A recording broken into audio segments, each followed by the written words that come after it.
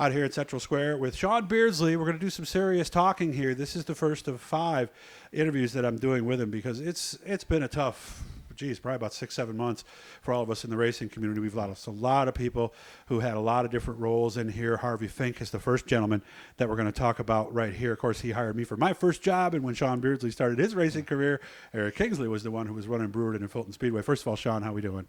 I'm doing pretty good. Everybody's good? Everybody's healthy? Everybody's good and healthy. Nice. We got a bunch of race cars in here. We'll talk about those some other time when Sean has a little better idea of exactly what he's going to do. But Harvey Fink, you and your family actually knew Harvey. Was it actually before you started to race? Well, yeah. My dad used to have a shop down in Brewerton, a mechanic shop, and it was right around the corner from the racetrack. So, Harvey, he was right on over there. Actually, my dad and Ron House both were involved with that, So, anyways, that's kind of how I started to meet Harvey. And then, obviously, at the races and, over the years, I was good friends with Jeremy Corcoran, and then Lori and Jeremy got married, and I actually was their witness for him. Oh, nice. Nice. And then, over the years, there's lots of golfing with Harvey, and I didn't know he golfed. Harvey, oh yeah, he golfed all the time. Okay. Would you go down there to Beaumont, that place down there, or some other places nearby? Or? We golfed at Codnoy and Greenview, wherever. All right. It's something every once in a while we would do, and just years. Did some work at the racetrack for him. I used to take care of a lot of their plumbing issues there, and years knowing Harvey. So when did he go from being your dad's friend to becoming your friend? Probably, I don't know. It just grew out that way. I have a lot of friends that are a lot older, and I have a lot of friends that are a lot younger. So, it's one of those things. And me and Harvey just known each other so much and got to be friends. Racing is that way. Really, age doesn't matter to some degree, does it? No.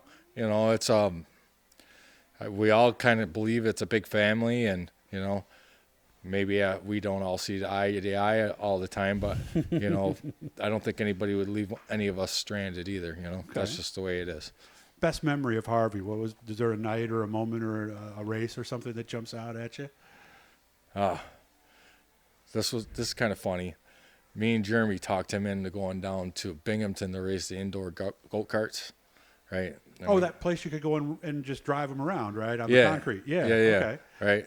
We talked him into going down there one time, and we were all going out there racing, and we talked Harvey into getting out there in the cart, and we were all getting strapped in, and all of a sudden I heard him say, Nope, I'm out of here. I know exactly what's going to happen here. I'm out of here. Why, what do you think he thought was going to happen? Oh, he thought we were all going to door him, of course. Oh, well, and you kind of were, weren't you, right? Well, if he was in the way. Yeah, I mean, especially, did he own a track yet at that point, or no? Oh, yeah. Okay. Yeah. So, obviously, if we get a chance to door the promoter or give him a little shot going in the corner, we're definitely going to do it. Right? Oh, absolutely. Got to make sure he knows that you're faster, right? Harvey was always a little bit of a ball buster, so, it's always good when you could get him back. Mm-hmm. Of course, on a race night, when things were actually going on, he was as serious as a heart attack, wasn't he? Oh, yeah, there's no joking around on that. I mean, he was dead serious about that was his passion at that time. Harvey's had a ton of passions in his life. I find out now. I didn't know him back then. I didn't know him until he was in the racing, but his involvement with Benwood and being a farmer, and I watched a bunch of the videos on him, and I learned a lot about Harvey because I only knew Harvey for a period of his life, and that was the racing period. And, of course, we did a bunch with David, so we're going to have another one up this weekend, too. We're going to do one a weekend and go through their whole career. Did you guys ever come to, because I know Harvey and I had a couple times where we butted heads. Did you guys ever do that? Oh, yeah. I can't even remember what year it was. It was probably 2005 or something like that.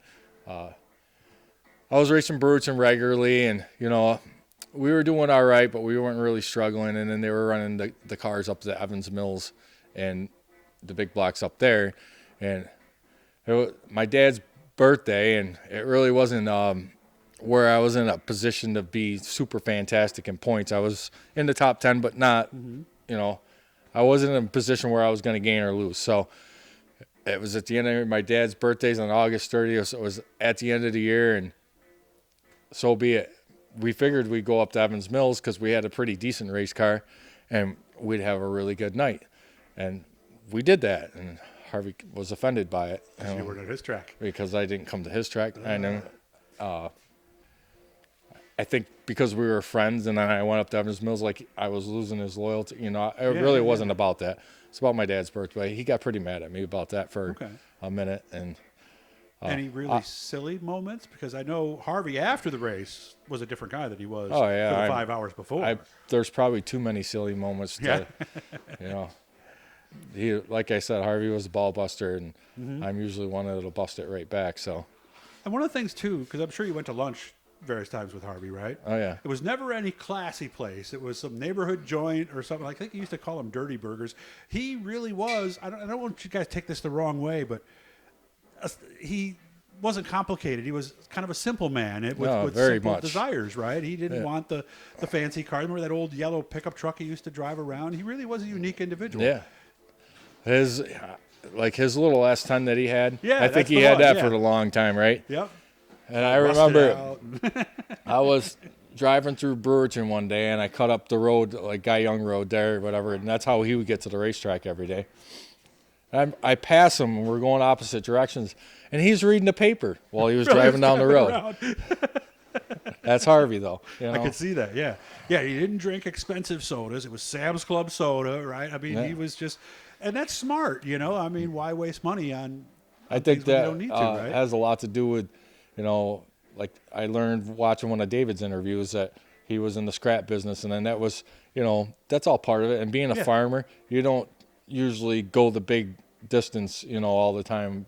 You know, it's a simpler life. It's not more physical. Not an easy life, but more physical than maybe technical of what's going on today. But my legacy with Harvey, the thing he taught me the most was hard work. Was there something that he taught you that you still use today? Oh yeah, determination. You know, he was a very determined person, and you know that was one of his greatest aspects about him. That's why everything that he did in life, he succeeded at. Yes. And then when he was done and not interested in it, he got rid of it and then moved on to something completely different. And that's the way his life was. And when he did something, he poured 100% into it, didn't he? Absolutely, 110. Hit the subscription, guys, that right there in the blue E. We got a lot of people we're going to talk about here with Sean tonight, so you're going to be getting some of these over the next few weeks. And we were both kind of half joking, but not really. Let's hope we don't have to do any more of these tributes anytime soon. Absolutely. Thanks for having me out, Sean. Appreciate it.